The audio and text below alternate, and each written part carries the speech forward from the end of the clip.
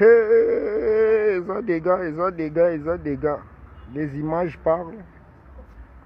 Les paroles s'envolent, mais les écritures et les images restent. Alors les images parlent. Nous sommes au port de l'Onatra. Nous sommes au port à Onatra. Donc tala ba faire kuna na ngambu tina on signaler bino na ngambu kuna ba palo kuna etelemi na ngambu kuna zana bendela bino. Omoni wana kuna braza ye wana kuna na ngambu. Braza tala itebe ko kende. Ai nazongisi. Ouais.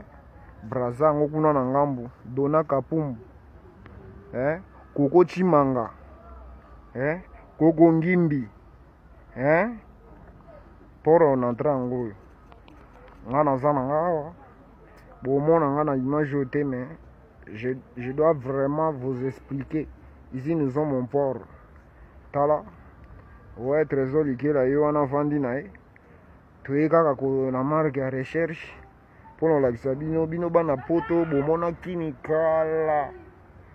Bamisu bavanda babosa na kini. Mais botala siko kini toza na port. Tala nde ba itebe oyo ekufa nango. Ba barge la nango. Donc chambongo zo mbongo. Oya pe na mbongo investi oche obongisi ba plan ekoti si mbongo gomi ko retirer ba mbongo na.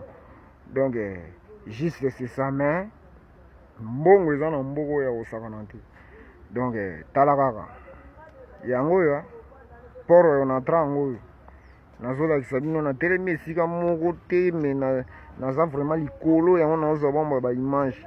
So na bina tambola ke bana marque assistant pe na ko dinda na mai tu bozangi nga artiste yango na obanga na dindela bino na mai. Donc nazala toujours yango mona mati mo likolo vraiment nazoela bino kaka. Donc juste c'est ça. Et puis la caméra ya maboko ya téléphone donc c'est ça qui ba caméra o ba benga yango hélicoptère wana na ngai na diriger yango et je la bino ba place mo bo très capital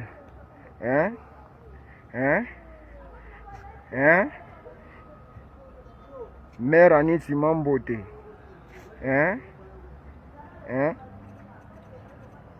Mao Ipo Mao Donald Mao Juvenal Dona Kapumbu Koko Chimanga yo nazo tika yo ba dédicace trop po kombo na yo kangami na munoko mais on est toujours ensemble. Ibrahim Yanzambe motema maman Charlotte Pigeon Vert bakolo pesa tango donc botala kaka na lo batrote.